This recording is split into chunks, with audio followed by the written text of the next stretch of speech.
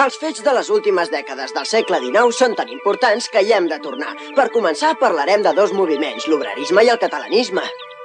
L'obrerisme per defensar els drets dels obrers o proletaris. I el catalanisme en defensa dels drets de Catalunya.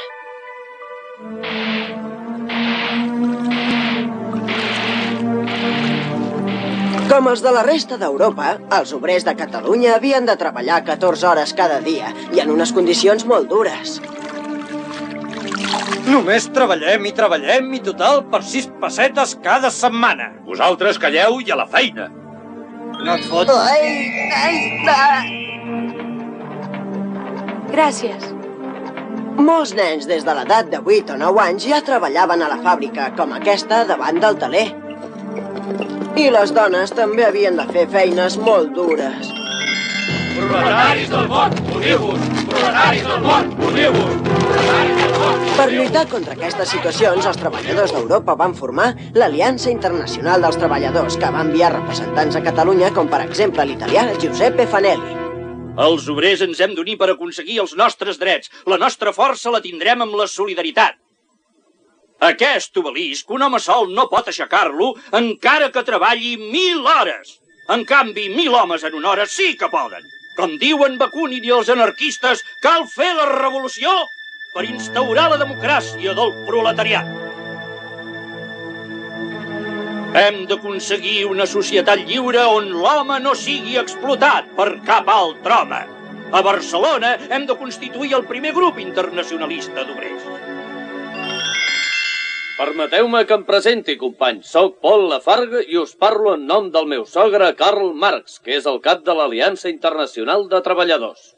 Per aconseguir una societat justa, cal formar un partit obrer molt fort que s'apoderi de l'Estat i estableixi la dictadura del proletariat. Hem de fundar la secció marxista de la Primera Internacional. Visca! Visca el comunisme! Els mítings se celebraven per tot arreu. El moviment obrer del nostre país, de mica en mica, anava progressant i l'any 1870 es va celebrar a Barcelona el primer Congrés Obrer Espanyol. Companys, ha arribat el moment de l'acció. Voleu adherir-vos a l'Aliança Internacional dels Treballadors? Visca l'Aliança Internacional dels Doncs no en parlem més. Ara el que cal és organitzar-nos. Hem de formar sindicats, però sindicats forts i combatius que ens portin a la revolució. D'aquesta manera aconseguirem una societat justa. Hem d'estar junts! Visca l'Aliança Internacional dels Treballadors!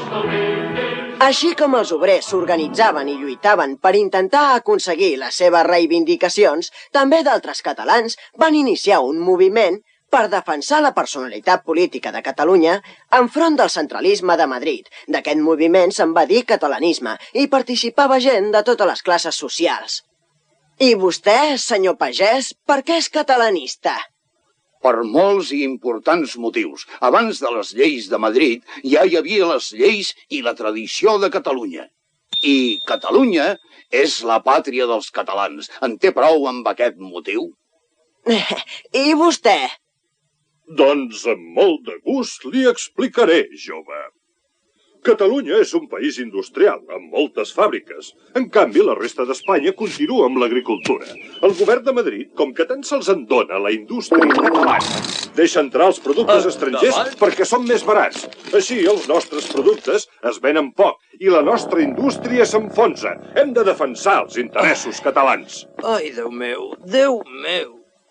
Per això els burgesos som catalanistes. Sí, i els obrers? Els obrers ho tenim molt clar. A Madrid defensen la monarquia i nosaltres volem la república catalana.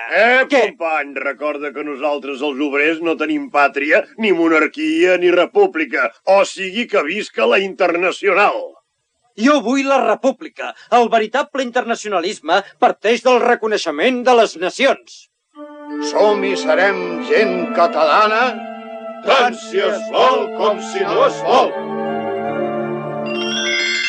Aviat van sortir personalitats destacades del catalanisme. En el camp eclesiàstic, Josep Torres i Bages, bisbe de Vic. Els seus documents pastorals van ser models de doctrina i de literatura. El dia de Pentecosta, l'Esperit Sant va parlar als apòstols en totes les llengües. L'Església a Catalunya s'ha d'expressar en la llengua del país, en català. Catalunya serà cristiana o no ho serà? En el camp polític va despuntar Valentí Almirall, gran defensor del federalisme. Defensem una ideologia republicana federal, que Catalunya i els altres pobles de la península trenquin les cadenes que els tenen aferrats al govern central i que s'uneixin tots fraternalment en una república federal.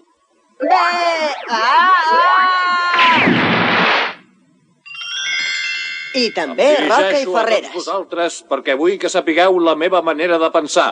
Catalunya ha de ser independent i, juntament amb València i Mallorca, ha de formar un estat modern i progressista, els Països Catalans. El 1880 es va celebrar el primer congrés catalanista per aconseguir una unitat d'acció entre les diverses tendències del catalanisme, presidit, entre d'altres, per Duran i Bas, Almirall i Bofarull. A Madrid volen suprimir el dret civil català, les nostres lleis mil·lenàries. Jo, Duran i Bas, proposo en aquest congrés catalanista que es creï una comissió per defensar-lo. Jo, Anton de Bofarull, també us he de proposar una cosa, que es creï una acadèmia de la llengua catalana. No hem de dispersar les forces. El que cal és fundar ràpidament un centre català que agrupi en un únic front tot el moviment catalanista. Molt bé! Visca el centre catalanista! Per reafirmar l'espiritualitat catalana, el 1881, el papa Lleó XIII va proclamar la coronació canònica de la Mare de Déu de Montserrat com a patrona de les diòcesis catalanes.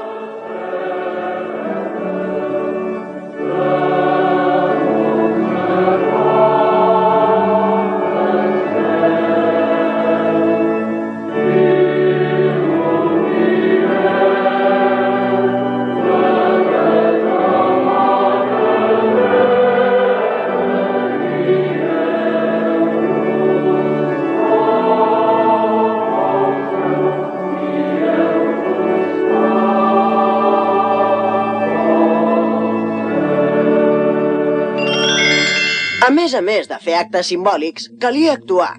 Per això el Centre Català va convocar una gran manifestació per reivindicar els drets de Catalunya. Aquesta manifestació la van presidir, entre d'altres, Valentí Almirall, Roca i Ferreres, Frederic Soler Pitarra, Roca i Galés... Visca el centre català!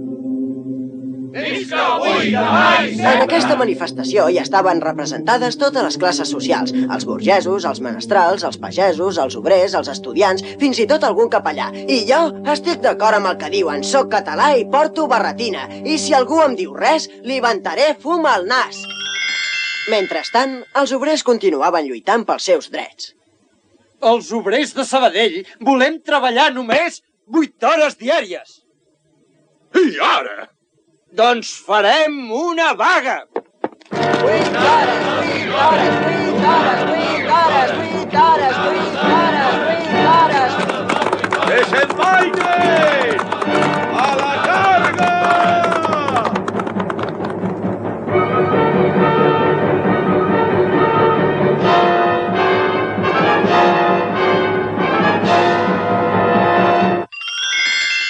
Al 1885, una representació de catalans encapçalada pel gran defensor del catalanisme, Valentí Almirall, va presentar al rei Alfons XII un memorial de greuges al Palau Reial de Madrid.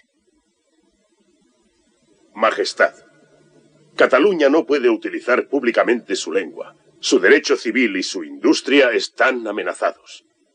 Catalanes, he escuchado vuestras quejas con suma atención y podéis estar seguros que seré vuestro abogado defensor. Però el rei Alfons XII es va morir al cap de poc temps.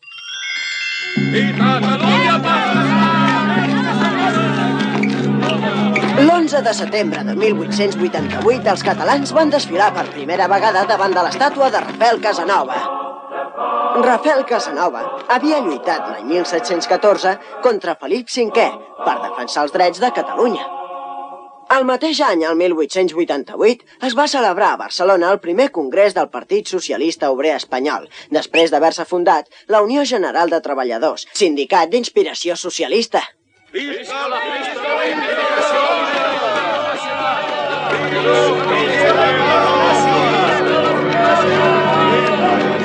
També es va celebrar per primera vegada el 1 de maig, com a gran festa de reivindicació obrera internacional.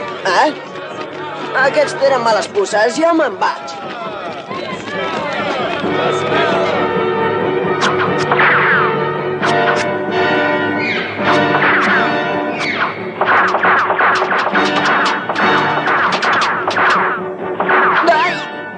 Ostres, sort que tiren en l'aire, si no en comptes de la gorra...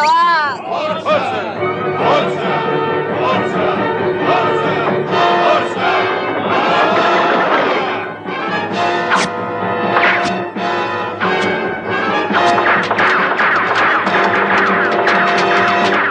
Els catalanistes també van continuar lluitant. El 1892 es van reunir a Manresa i van redactar unes bases per un estatut d'autonomia de Catalunya. Catalunya s'organitzarà en comarques i municipis. La llengua catalana serà l'oficial a Catalunya.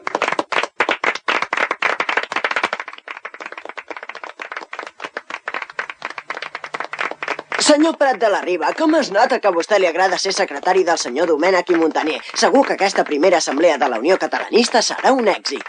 Mentrestant, a Barcelona, uns quants extremistes consideraven que la justícia obrera s'havia d'aconseguir amb violència i terror. Al Liceu de Barcelona, mentre s'estava representant l'òpera Guillem Tell, el terrorista Santiago Salvador hi va llançar 2 bombes sobre la platea. Hi va haver 20 morts. I ara us deixo, a veure si aconsegueixo sortir a la pel·lícula que està filmant Fructuós Gelabert. M'agraden les novetats.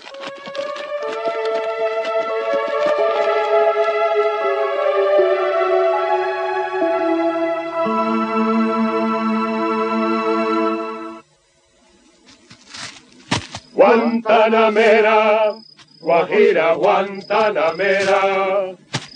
Ho sentiu com canten? Guajira, Guantanamera. Con los hombres de la tierra quiero yo mi suerte echar. L'any 1898, Espanya va perdre les últimes colònies, les illes de Cuba i Puerto Rico i l'arxipèlag de les Filipines. Els insurgents cubans canten ara la seva independència.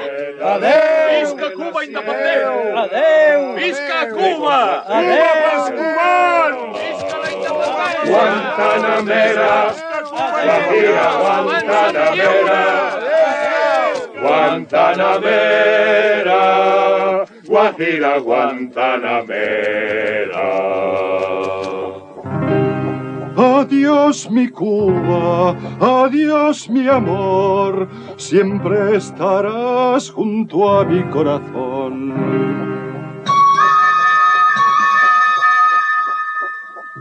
Després de 8 anys de guerra, l'orgull espanyol va haver de claudicar i la realitat es va imposar cruament. Hola! Ja he tornat! Ja sóc a casa! Amor meu!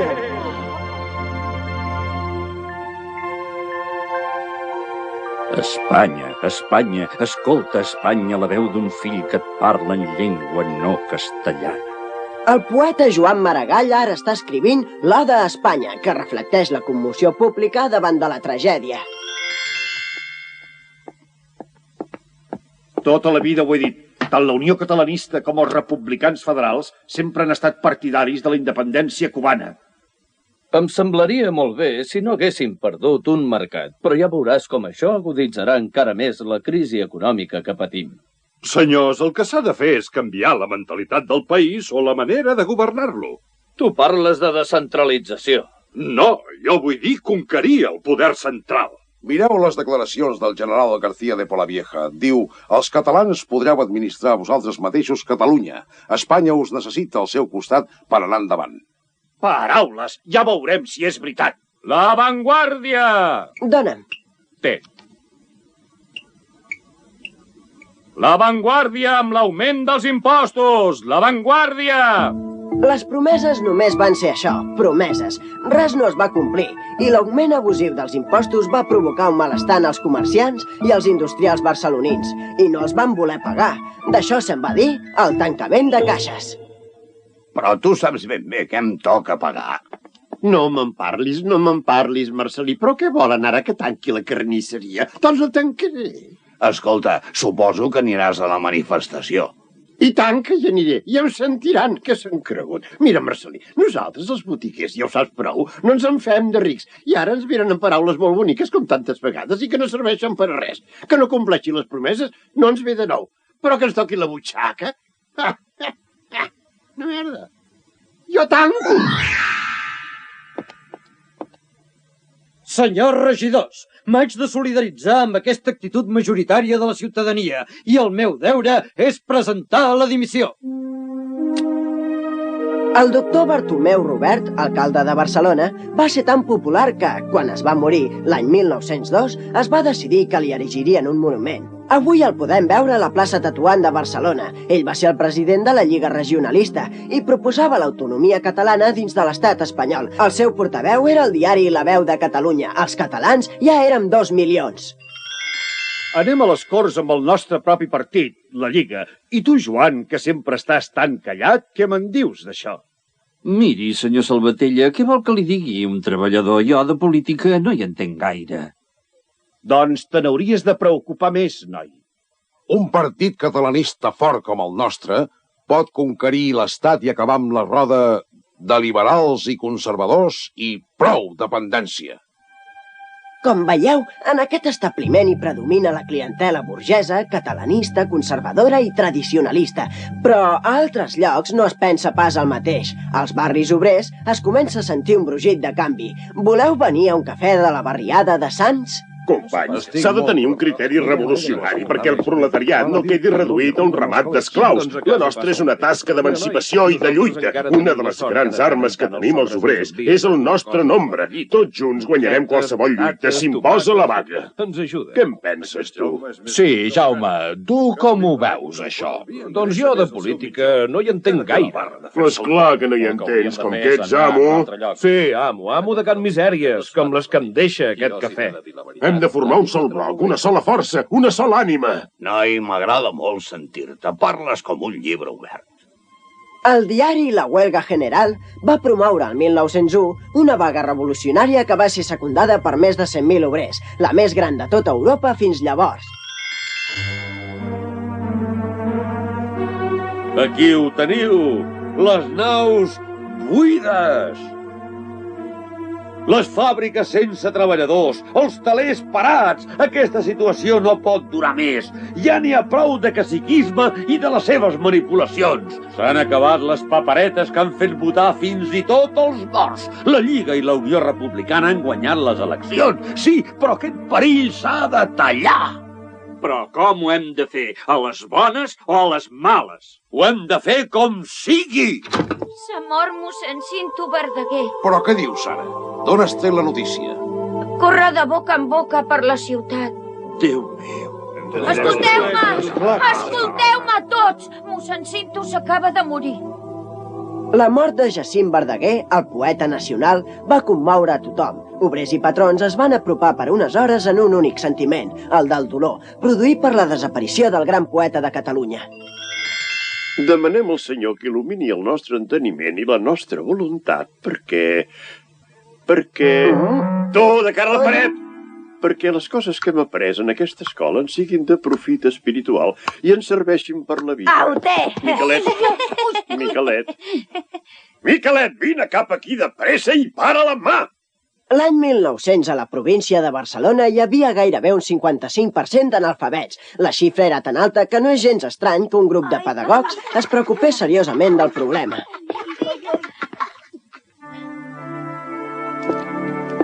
Hola, nois, bon dia. Pels qui no em conegueu, em dic Francesc Ferrer i Guàrdia.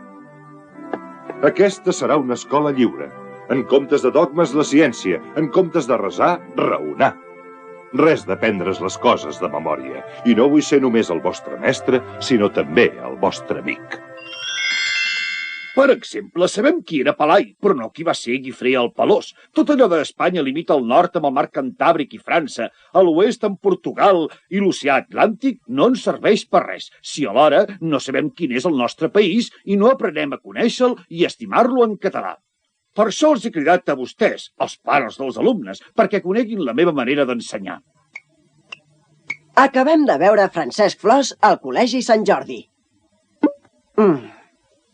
Tant ell com Ferrer i Guàrdia, a la seva escola moderna, deien que el saber era un mitjà per transformar la societat i adoctrinaven els infants en les seves ideologies respectives, catalanista l'una i llibertària l'altra.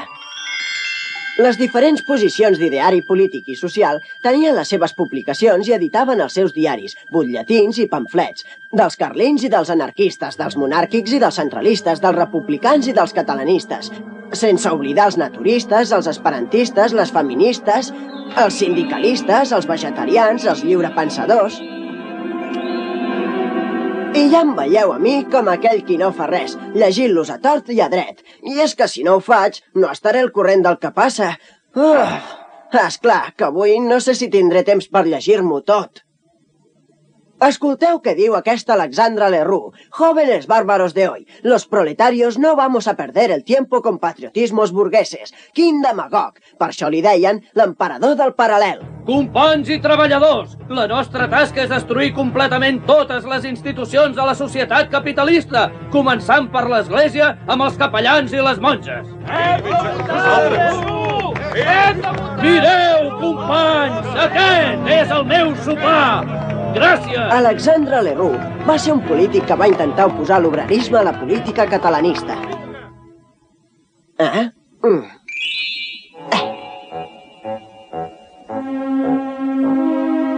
L'any 1906 es va fundar Solidaritat Catalana, una coalició de forces polítiques que va guanyar 41 de 44 llocs a les eleccions legislatives. La solidaritat ja s'havia manifestat l'any anterior en una desfilada monstra de 200.000 persones pel Saló de Sant Joan. És una cosa que mai no s'ha vist i potser no es tornarà a veure mai més. 200.000 persones reunides en un lloc majestuós, impressionant. Home, senyor Maragall, que jo he vist una mani de més d'1 milió de persones. Mani? Què vol dir mani? Res, no res, són coses meves. Jo no havia vist mai... Escolteu-me amb atenció, companys. S'ha ben demostrat que, com a catalans, podem fer una solidaritat catalana. Ara, nosaltres, com obrers, ens convé fer una solidaritat obrera. Doncs si esteu d'acord... I vos, Jaume, què en penseu d'això? Estic preocupat. Em sembla que hi haurà mala maror. A Barcelona, l'any 1909, es van cremar molts convents, esglésies i asils religiosos. La violència es va estendre per la ciutat. Com que el sistema de reclutament dels soldats era per sorteig, hi havia poques tropes al Marroc. El govern d'Antoni Maura va decidir cridar els reservistes i això va provocar importants aldarulls a tota Espanya, sobretot a Barcelona. La mobilització d'aquests reservistes, molts d'ells casats i amb fills, va ser la causa dels sagnants esdeveniments que va viure la ciutat. A més, elements revolucionaris van intentar relacionar aquest fet amb d'altres aspiracions de caràcter social. Els que manen i els capellans en tenen la culpa! Ai, mare meva, quantes desgràcies! Ja tenia raó, ja en Jaume el taverner. D'aquests terribles fets se'n va dir la Setmana Tràgica, una revolta caòtica que va tenir lloc el juliol de 1909. No tenia cap objectiu concret i va ser sufocada per l'exèrcit. Ai! Es va buscar un responsable de la tragèdia i es va atribuir a l'anarquista Ferrer i Guàrdia. Va ser condemnat sense proves i afusellat a Montjuïc. Catalunya, Barcelona. Has de patir molt si vols salvar-te. Cerca l'amor en el teu dolor, Barcelona. La Mancomunitat. Això és una de les sales de la Diputació de Barcelona. Ara és el Palau de la Generalitat. Està a punt d'arribar el senyor Agustí Riera. Ja hi és, en Prat de la Riba? Sí, ara parla amb uns periodistes. I els delegats de Lleida i de Tarragona? També han arribat? Sí, senyor Riera, tots són aquí. Podrem començar la reunió tots seguit. Senyors delegats, facin el favor de passar.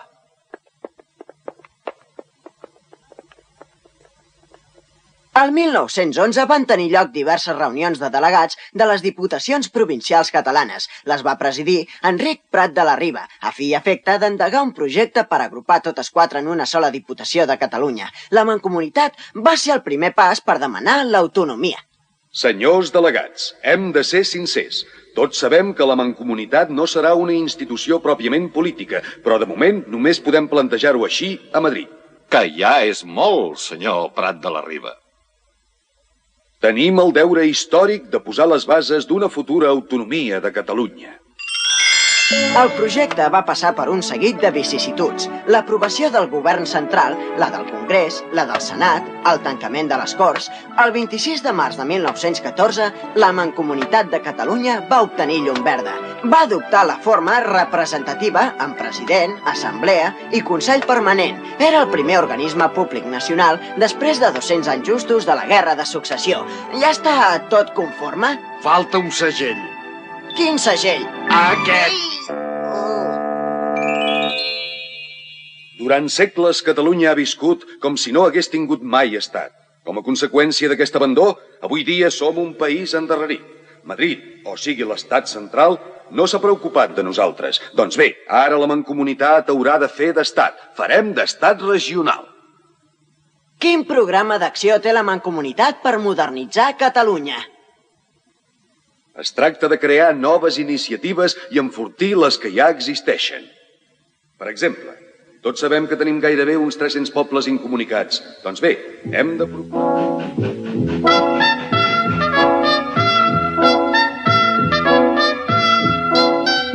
Senyors viatgers al tren.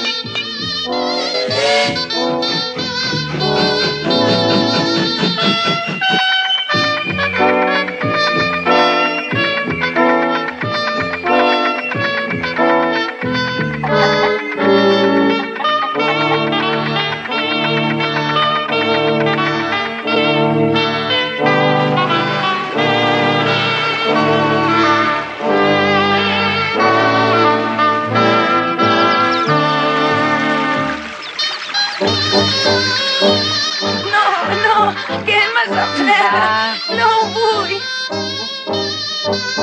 Apa, a veure si m'agafes. Escala, per avui. Més que tu, Manel, arribarem unes ganes de Sí, però tu ets un any més gran, no s'hi val. Sí, està parlant amb l'alcalde de Matafaluga de dalt. Quan diu que arribarà l'altre mestre? Escolti, sisplau, cridi més, que no el sento gaire. Ferrocarrils, carreteres, conduccions d'aigües, telèfons, ho anirem fent tot. L'ensenyament ha d'arribar tant als infants com als adults. Crearem una escola superior d'agricultura i una escola del treball per formar els obrers, els menestrals i els pagesos. Això que el senyor Prat de la Riba ha dit no van ser només paraules, sinó realitats. Com va dir Eugeni d'Ors, el president de la Mancomunitat va ser un autèntic seny ordenador de Catalunya. En aquesta granja experimental de Caldes de Montbui, on som ara, tu que hi has vingut a estudiar? Jo hi he vingut a aprendre les tècniques del vi. I tu, per què hi has vingut? Jo a estudiar mecànica agrícola i també el cultiu dels arbres fruiters. Vosaltres què hi estudieu aquí? Jo arts i oficis. Jo mestratge industrial. Per quin diari és això? Un dels encerts de la tasca de Prat de la Riba va ser aconseguir la col·laboració d'homes de tota mena d'idees i tendències. Va prescindir de discriminacions polítiques i va fer que Catalunya fos un país modern. Amic Prat de la Riba, en què esteu pensant? En Catalunya com sempre, oi? Amic Pompeu Fabra, estic pensant que s'ha de lluitar contra la corrupció del llenguatge. Hauríeu de fer una gramàtica i un diccionari per ordenar la nostra llengua. Què us sembla, l'encàrrec? I ja hi podeu comptar. Pau Vila, tu que ets jove, agafa-t'ho amb il·lusió. T'encarregaràs de l'organització territorial de Catalunya en municipis i comarques. És una necessitat molt urgent. President, la meva manera de treballar serà a base de recórrer pam a pam el terreny perquè la geografia s'aprèn amb les cames. A vos, Fontserè, us encarrego la creació del Servei Meteorològic de Catalunya. I vos, Josep Comas, des de l'Observatori Fabra, us encarregareu d'estudiar el cel que ens envolta. En Comas i Solà va ser un gran astrònom que va descobrir 2 cometes, una estrella variable i 11 asteroides, un dels quals va batejar l'any 1921 amb el nom de Barcelona. Heus aquí 4 personalitats: Rosa Sensat, Alexandre Galí, Manuel Henó i Joan Bardina. Passeu al despatx que parlarem de les noves escoles. M'han dit que, a Itàlia, la pedagoga Maria Montessori ha creat un nou mètode d'ensenyament especialitzat en l'edat preescolar. L'escola Montessori es va instal·lar a la casa de maternitat de la Diputació. Prat de la Riba va impulsar organitzacions culturals de tota mena, escoles d'infermeres, d'art dramàtic, d'estudis comercials, biblioteques i museus. 1914. Està a punt de començar la Primera Guerra Mundial del segle XX. L'assassinat del príncep Ferran d'Àustria a Sarajevo fa esclatar la guerra del 14. Per sort, nosaltres no vam entrar-hi i així les nostres indústries fins i tot en van treure profit. Pocs anys després, a Mèxic, es va desenvolupar la revolució política i agrària, amb dos caps populars, Pancho Villa i Emiliano Zapata. Al 1917, Lenin va triomfar amb la revolució bolxevica a Rússia. Això va encoratjar els obrers, que van veure que la presa del poder era possible. Companys! Companys! La revolució ha triomfat a Rússia. Anem tots a la vaga general revolucionària per enderrocar la monarquia i instaurar la república. Ara parla el federalista Francesc Cambó. Senyors parlamentaris, nosaltres no podem perdre la serenitat. Els espanyols s'hi han de trobar bé dins d'Espanya, i també els catalans. Per la jornada de 8 hores, per l'ensenyament obligatori de francos. És evident que s'ha de reformar el sistema polític espanyol i aquesta reforma s'ha de fer per mitjà d'un estat federal que doni a Catalunya la més gran autonomia. Amics que encara no em coneixeu, sóc Àngel Pestanya. El moviment anarcosindicalista és l'únic que convé a la classe obrera. Tots cap a un sindicat únic. Quan l'haurem aconseguit, farem la revolució social, destruirem l'Estat i instaurarem una societat on tothom serà lliure. Sí, lliure, sense exèrcit, sense policia, sense política, que és l'art d'enganyar els pobres. Sense estat, ni patrons, ni religió.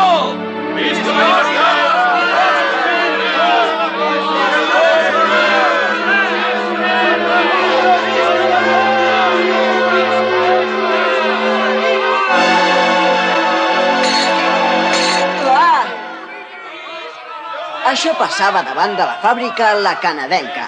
Els ànims estaven excitats i els parlamentaris tremolaven esporuguits. No és gens estrany que acabessin saludant l'exèrcit com a salvador.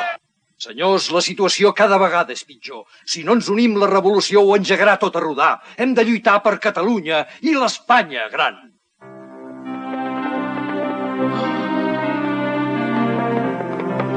Escolta, acabo de veure com la policia s'ha endut un company. Sí, ja ho sé, haurem d'anar a veure en l'Airet.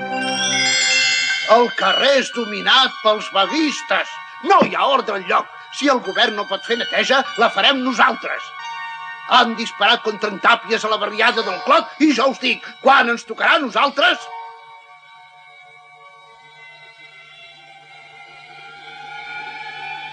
Som-hi!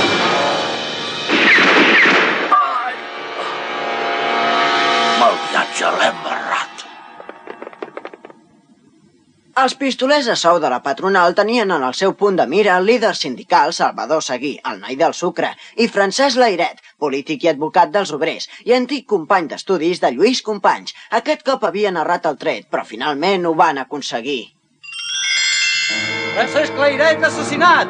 Francesc Layret assassinat quan sortia de casa per pistolers desconeguts! La publicitat! Últimes notícies! No va tenir gens de sort a la vida en Francesc Layret, i mira que era bon home.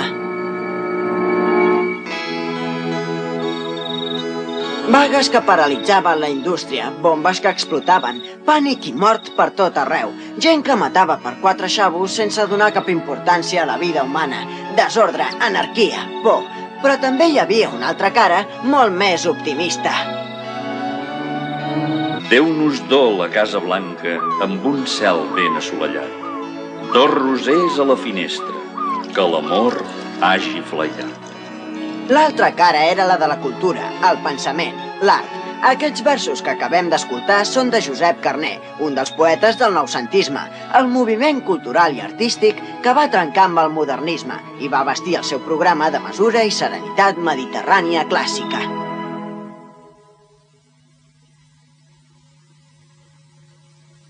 Joaquim Torres Garcia, et felicito pel teu mural La Catalunya Eterna. Això és normalitzar la cultura. Vinga museus, vinga acadèmies, vinga humanisme. Hem de construir la Catalunya ciutat.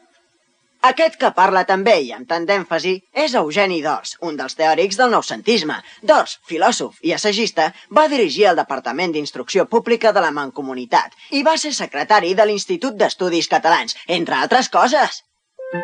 Aquesta és Lola Anglada, que està a punt d'acabar un dels dibuixos per al Patufet.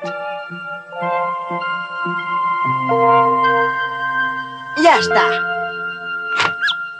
Senyoreta Lola Anglada, perdoni que la molesti, però aquí fora hi ha els del Patufet i pregunten si es poden endur l'original. Sí, però que s'esperin un moment. Mireu-los que bufons que són. Llegeixen el Patufet. Amb la publicació infantil del Patufet, molts nens van aprendre a llegir i a sentir en català. La primera dictadura. I que portés silenciador, eh?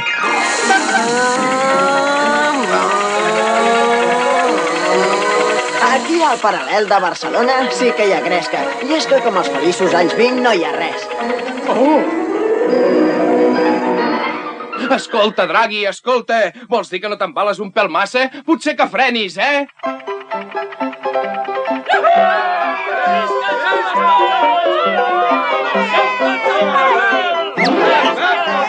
Visca els anys 20!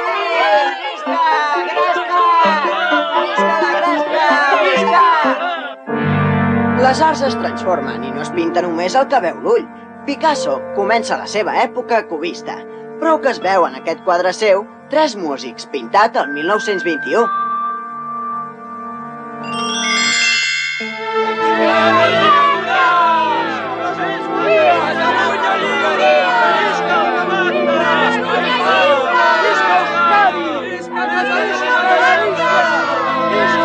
L'11 de setembre de 1923, representants de Galícia, Euskadi i Catalunya van fer el Gran Pacte, un front comú per aconseguir una autonomia política. Però no us penseu pas que la cosa s'havia d'acabar aquí. Efectivament, l'endemà mateix... Jo, Miguel Primo de Rivera, capità general de la 4ª Regió Militar, no deixaré que el separatisme amenaci la unitat d'Espanya. Senyor. General Primo de Rivera. Des de Saragossa, el general Sanjurjo s'adhereix al pronunciamiento. Des d'aquest precís moment declaro l'estat de guerra. El país serà governat per un directori militar sota les meves ordres.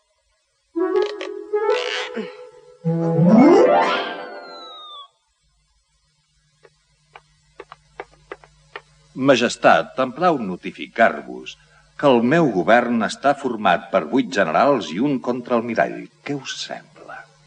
Aquest Primo de Rivera és el meu Mussolini. A més, he suprimit la Mancomunitat de Catalunya. Visca la monarquia.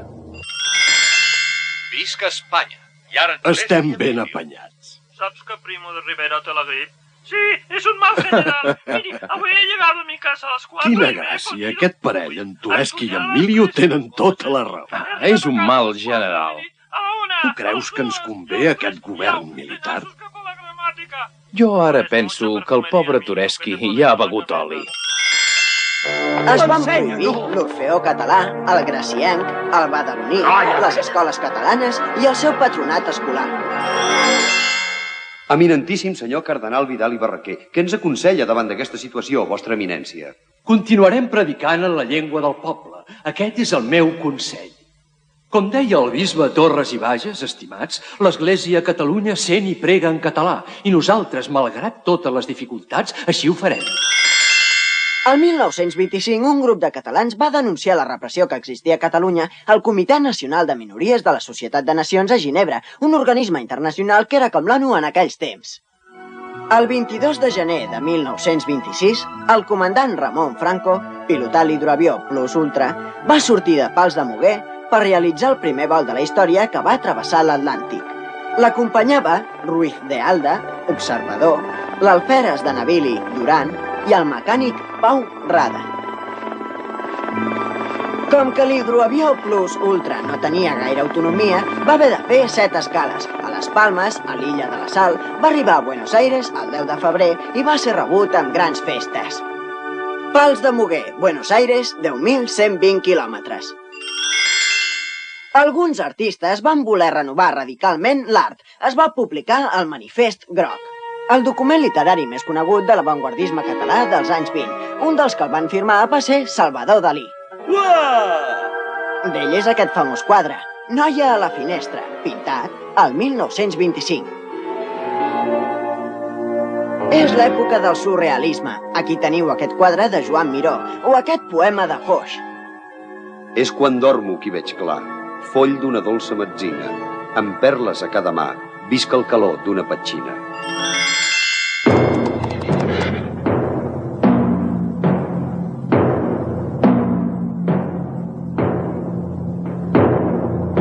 Procedents de Prats de Molló, a l'altra banda de la ratlla de França, uns centenars de voluntaris catalans dirigits per Francesc Macià, que era a l'exili, van intentar una revolta armada i van entrar a Catalunya pel pas pirinenc del Coll d'Ares, a primers de novembre de 1926.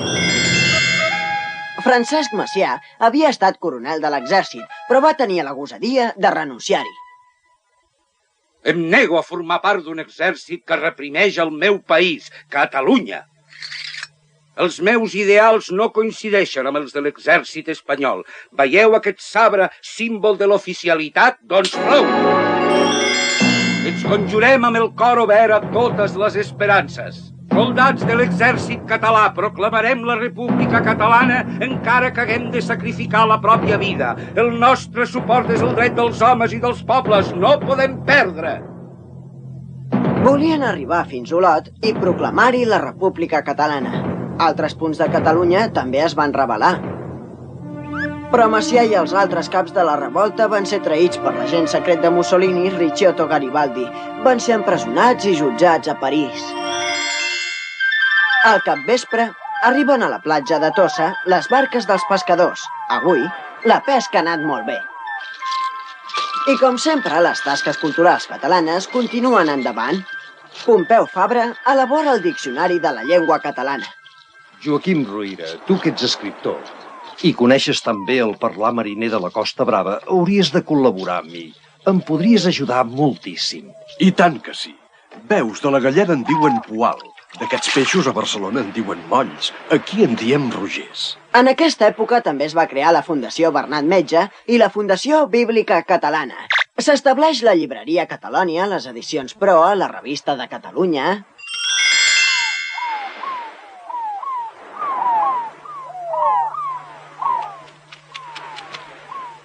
És molt bonic aquest quadre de la Torre i Badia. Quin panorama des de sa Vila Vella, oi? Qu'est-ce que vous dites, monsieur? Je ne comprends pas, eh? Sorry, do you speak English, sir? Of course, young lady.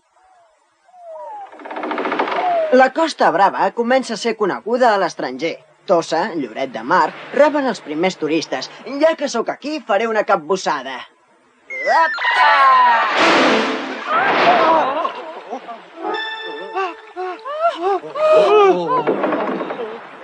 Però, Draghi, que m'espantes la clientela.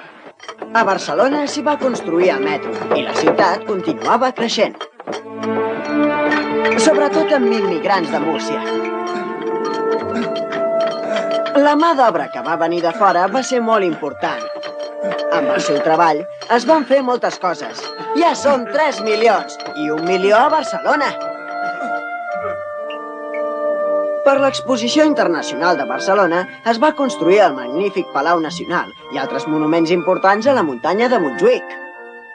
L'Avinguda de Maria Cristina i les dues torres que donen accés a la plaça de l'Univers. S'hi van construir molts pavellons. Un dels més bonics va ser el pavelló alemany, obra de l'arquitecte Mies van der Rohe. També va dissenyar aquesta cadira, que va anomenar a Barcelona i en la que tan bé s'hi està. Al centre de l'exposició s'hi va construir la Font Lluminosa, magnífica obra de l'enginyer Carles Boïgues. Més amunt es va fer el poble espanyol. La porta d'entrada és una reproducció de la de Sant Vicente, a Àvila. Al fons, el campanar de l'església d'Otebo, a Aragó. Aquí són representats els diversos estils d'arquitectura popular d'arreu d'Espanya, en una mena de fantasiós laberint, com el carrer de los Arcos de Sevilla. El teatre grec, amb una sonoritat tan extraordinària que els actors se senten des de qualsevol lloc. L'estadi i la porta de Marató. Hi cabien 72.000 espectadors i tenia unes instal·lacions molt modernes per fer-hi atletisme.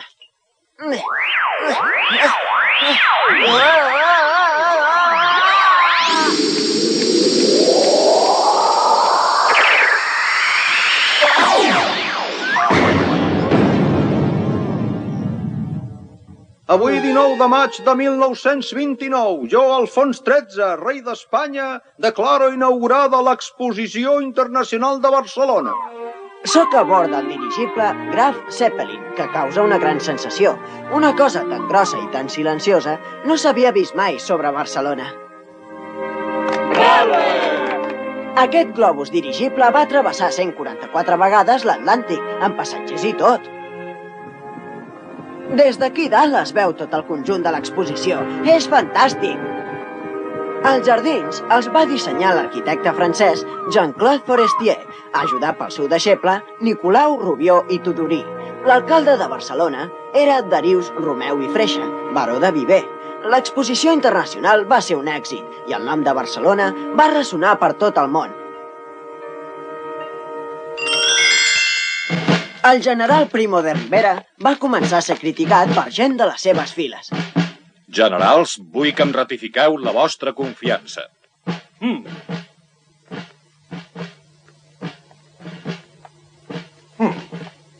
Doncs bé, dimiteixo. A vostè, general Damaso Berenguer, el nomenem cap del nou govern. Amnistia! Amnistia! Amnistia! Amnistia! Amnistia! Amnistia! Amnistia! Que torni en Macià! Visca Catalunya! Aquest mateix any, 1929, es va produir el gran crac de la borsa de Nova York, amb greus repercussions per a l'economia mundial i espanyola. Sé ben bé que el poble català exigeix l'amnistia total. Concediré una amnistia, però pels de Prats de Montlló no. Ells no en tindran. El moviment popular va forçar l'anomenada dicta blanda del general Berenguer. Tots els partits que s'oposaven al règim militar van celebrar el Pacte de Sant Sebastià. Entre ells, Estat Català, Acció Catalana i Acció Republicana preparaven l'enderrocament de la dictadura i de la monarquia que l'havia tolerada. Què? Com acabarà tot això? Espera!